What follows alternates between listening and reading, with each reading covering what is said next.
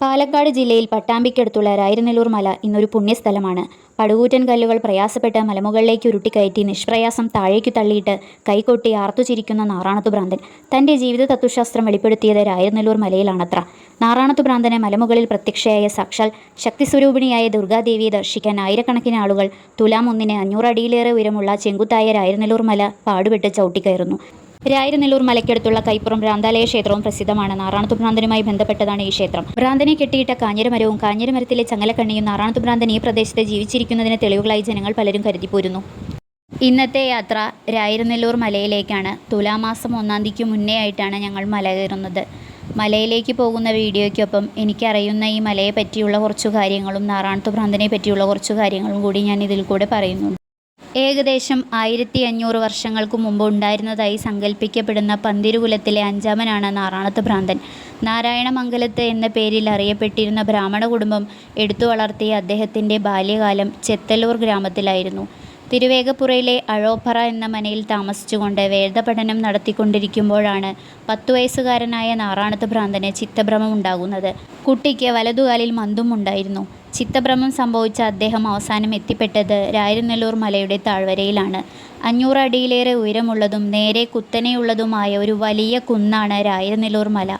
ദിവസവും പ്രഭാതത്തിൽ ഒരു വലിയ ഉരുളൻ കല്ലെടുത്ത് മലയുടെ താഴ്വരയിൽ നിന്ന് വളരെ പ്രയാസപ്പെട്ട് മലയുടെ മുകളിലേക്ക് ഉരുട്ടിക്കയറ്റുകയും മുകളിൽ എത്തിക്കഴിഞ്ഞാൽ ആ കല്ല് താഴേക്ക് തള്ളിയിടുകയുമായിരുന്നു നാറാണത്ത് ഭ്രാന്തൻ്റെ ഇഷ്ടവിനോദം. ഇതൊക്കെ കണ്ട നാട്ടുകാർ അദ്ദേഹത്തെ ഭ്രാന്തൻ എന്ന് വിളിച്ചു. അങ്ങനെയാണ് നാരായണമംഗലത്തെ നാരായണൻ എന്നത് നാറാണത്ത് ഭ്രാന്തൻ എന്ന് അറിയപ്പെടാൻ തുടങ്ങിയത്. നിത്യവും മലയുടെ മുകളിലേക്ക് കല്ല് ഉരുട്ടിക്കയറ്റുന്ന തൊഴിൽ ഭംഗിയായി നിർവഹിച്ചു പോരുന്ന നാറാണത്ത് ഭ്രാന്തനെ രായിരുനെല്ലൂർ മലയുടെ മുകളിൽ കുടികൊള്ളുന്ന ദുർഗാദേവി ശ്രദ്ധിച്ചു പോന്നു. എന്നാൽ ദേവി അവിടെയുള്ള കാര്യം നാറാണത്ത് ഭ്രാന്തൻ അറിഞ്ഞതുമില്ല. ഒരിക്കൽ മലമുകളിലെത്തിയ ഭ്രാന്തനെ കണ്ട് മലമുകളിലെ ആൽമരത്തിൽ ഊഞ്ഞാലാടുകയായിരുന്ന ദുർഗാദേവി ഭൂമിയിലേക്ക് മറഞ്ഞു എന്നാണ് ഐതിഹ്യം. ദുർഗാദേവിയെ നാറാണത്ത് ഭ്രാന്തൻ കണ്ട സ്ഥലത്താണ് രായിരുനെല്ലൂർ ഭഗവതി ക്ഷേത്രം സ്ഥിതി ചെയ്യുന്നത്. ഈ ക്ഷേത്രത്തിൻ്റെ പഴക്കം 1500 വർഷത്തിലേറെ ഉണ്ടെന്നാണ് കണക്കാക്കപ്പെടുന്നത്. നാറാണത്ത് ഭ്രാന്തന് മുമ്പിൽ ദുർഗാദേവി പ്രത്യക്ഷപ്പെട്ടു എന്ന് അറിഞ്ഞയുടൻ രായിരുനെല്ലൂർ മലയിൽ പൂജയും മറ്റും തുടങ്ങി. നാറാണത്ത് ഭ്രാന്തനെ എടുത്തു വളർത്തിയെന്ന് വിശ്വസിക്കുന്ന നാരായണമംഗലത്ത് എന്ന ആമയൂർ മനയിൽ നിന്ന് ഒരു ബ്രാഹ്മണനെയാണ് പൂജയ്ക്കായി നാട്ടുകാർ നിയോഗിച്ചത്. പിന്നീട് രായിരുനെല്ലൂർ മലയടിവാരത്ത് ഒരു ഇല്ലം തന്നെ പണി കഴിപ്പിച്ചു.